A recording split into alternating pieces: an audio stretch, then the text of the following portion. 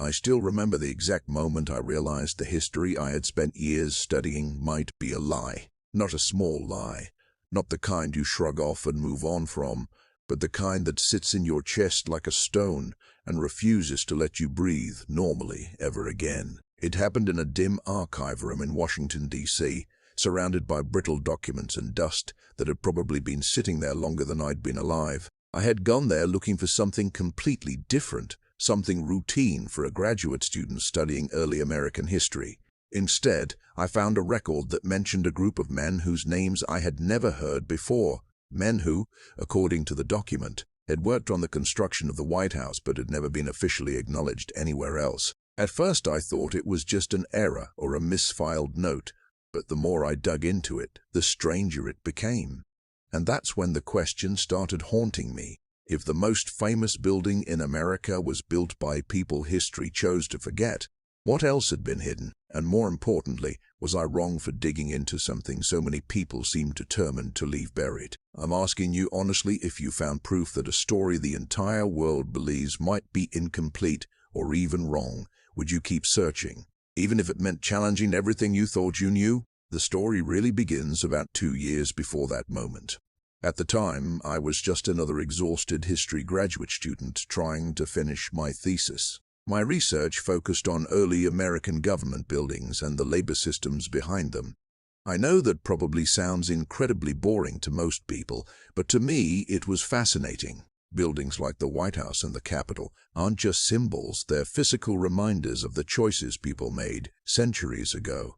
Who built them, how they were built, and under what conditions says a lot about the country that created them. Most textbooks mention that enslaved labor was used during the construction of Washington, D.C., but they usually treat it as a side note, almost like a footnote in a much larger story about founding fathers and political ideals. I accepted that explanation at first.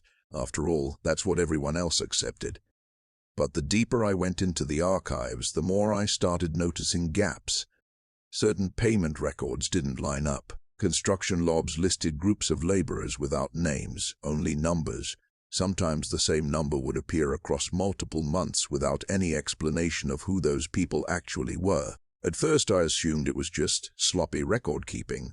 After all, we're talking about documents from the late 1700s. But then I started seeing something that made the back of my neck tingle every time it appeared. In several ledgers there were references to payments made not to the laborers themselves but to nearby plantation owners. That meant something very specific.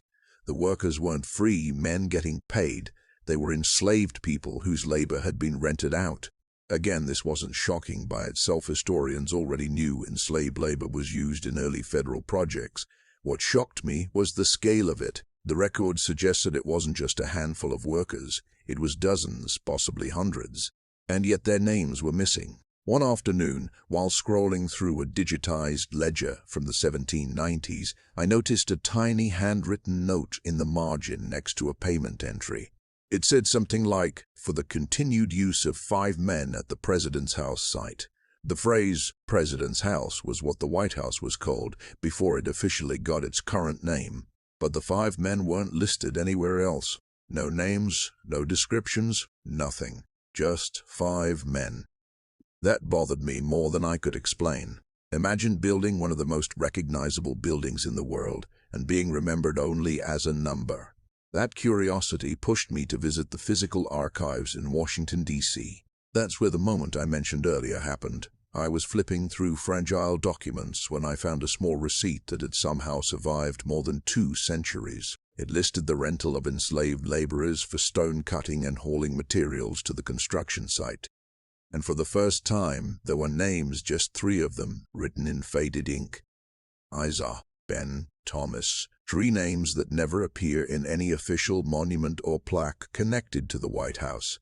I sat there staring at those names for a long time. It felt strange, almost personal, like I had just discovered 3 ghosts history forgot to mention. As I kept researching, I learned that enslaved workers did almost every type of labor during the construction process. They quarried the sandstone used for the walls, transported timber, mixed mortar, and helped raise the structure itself. Skilled enslaved craftsmen, carpenters, masons, blacksmiths were also involved. These weren't just anonymous bodies doing heavy lifting, some of them had highly specialized skills. Yet when you visit the White House today, most people walk through its history without ever hearing about them. The more I uncovered, the more unsettling it became. There were fragments of evidence scattered everywhere, but they were rarely connected together in a clear narrative. It was like looking at a puzzle where someone had intentionally hidden half the pieces. Some historians had written about enslaved labor and Washington's construction projects before, but their work was often buried in academic journals that few people outside universities ever read. At this point, I started wondering why. Why weren't these stories more widely known? It's not like the information didn't exist.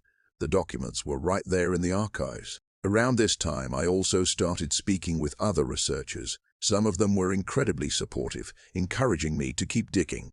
But a few reactions were strange. One professor I spoke to seemed almost uncomfortable when I explained what I was finding.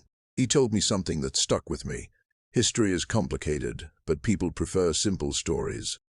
That sentence stayed in my head for weeks. Eventually, my research started focusing on individual workers whenever possible. Finding personal information about enslaved people from that era is incredibly difficult because records were rarely kept with their perspectives in mind. Most documents only mention them as property belonging to someone else, but every once in a while a name would appear in a ledger or legal document. Each time it happened, I wrote it down carefully, like I was trying to rebuild a list that had been erased. And that brings me to the moment where everything started feeling heavier than just an academic project. I realized the White House, the symbol of American leadership, was built partly by people who had no freedom, no recognition, and no say in the nation being created around them. Now, before I tell you what happened next, I want to pause for a second and ask you something directly. Imagine being in my position. Imagine discovering pieces of a story that were technically known but rarely told in full. Would you push harder to make sure people heard it, even if it meant challenging comfortable narratives about the country's founding? Or would you leave it alone, because digging deeper might upset people who prefer the simpler version of history? Seriously, think about it and tell me what you would have done. Because I had to make that choice. I decided to keep going. Over the next several months, I gathered every document I could find. Payment receipts, construction reports, plantation records, anything that might connect the enslaved workers to the project. Slowly, a clearer picture began forming. Enslaved labor wasn't just used occasionally, it was deeply integrated into the construction process of early Washington, including the White House. Plantation owners in Maryland and Virginia were paid by the government to temporarily supply enslaved workers to the building site. Some of those workers likely returned to plantations after the project ended. Others may have been sent to different government construction sites, like the Capitol building. What haunted me most was imagining their daily lives during that time. Picture the late 1700s, muddy construction grounds, piles of sandstone blocks, the constant sound of chisels and hammers. These men worked long days shaping the very building that would become a symbol of freedom and democracy, while they themselves were denied both. Eventually, I finished my thesis and presented my findings. It wasn't a dramatic confrontation or anything like that. No one stormed out of the room or tried to shut the project down, but the reactions were telling.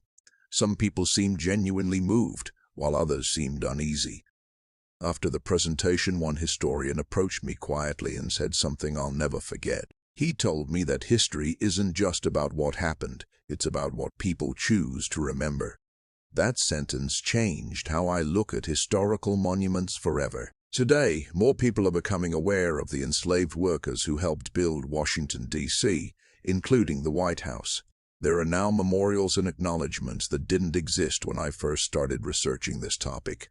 But even now, most people still don't know the names Isaac, Ben, or Thomas. And maybe that's the part that stays with me the most, because buildings can last centuries, but stories disappear surprisingly fast when no one tells them. So that's my story, the moment I realized one of the most famous buildings in the world carries a hidden chapter within its walls. A chapter written by people whose voices history nearly erased. If you think those forgotten workers deserve to be remembered, then I hope sharing this story helped bring a tiny piece of their history back into the light. And now I want to hear from you. Was I right to keep digging into something that many people seemed comfortable ignoring? Or should some parts of history just stay in the past? If you are on my side, make sure you like this video. And if you want to hear more stories that uncover the hidden, darker corners of history, subscribe to my channel, The Fear Ledger. I read every comment, so tell me your thoughts about this story and whether you think more forgotten histories like this should be explored. Thanks for listening, and I'll see you all in the next story.